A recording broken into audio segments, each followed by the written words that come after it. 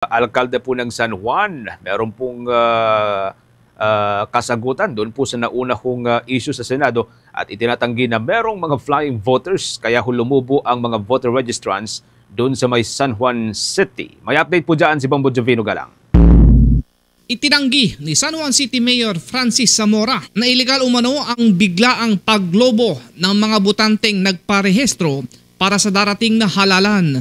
Kasunod ito sa aligasyon ni Senator Jinggoy Estrada na mayroong mga flying voters ang lumipat sa San Juan. Ayon kay Zamora na hindi masisisi ang publiko kung nais nilang manirahan sa San Juan City dahil sa magagandang improvements ng kanyang lungsod. Hindi ko po kailangan ng flying voters para manalo dito sa San Juan. Napatunayan ko na po yan sapagkat pagkatapos po nung ako'y manalo noong 2019 ay virtually unopposed na po ako itong mga sumunod na eleksyon. Kaya napatunayan na natin sa ating mga minamahal na San Juanenyo na maayos tayo bilang isang mayor, ginagawa natin ating mga tungkulin. Ang laki na po ng pinagbago ng San Juan.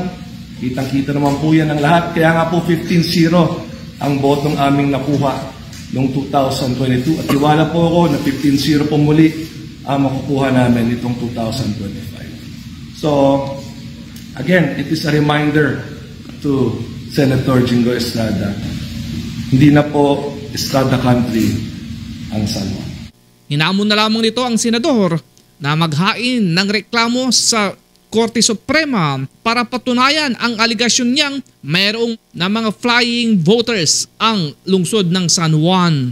Wala po siyang pinafile na exclusion. Kaya nga ho, hinahamon ko po siya, mag-file po siya na exclusion. At para magawa niya yan, he has to present names, addresses of people that he is claiming to be a flying voter.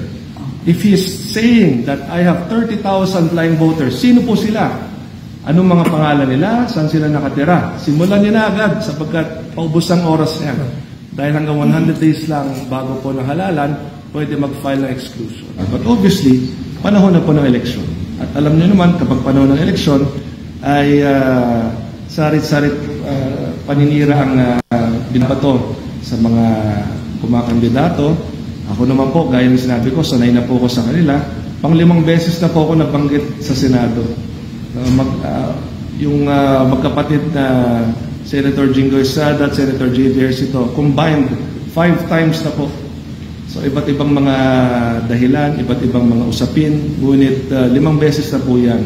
At sa lahat ng magkakataong yan, nasasagot naman natin ang kanilang mga parata. Kaya nga ho, sinasabi ko sa aking sarili na election season na. Kaya naglalabasan ng lahat ng mga aligasyon, lahat ng paninira, lahat ng bagay na pwedeng ibato po sa atin. Ako si Bombo Jovino Galang, nag-uulat para sa #1 and most trusted radio network in the country.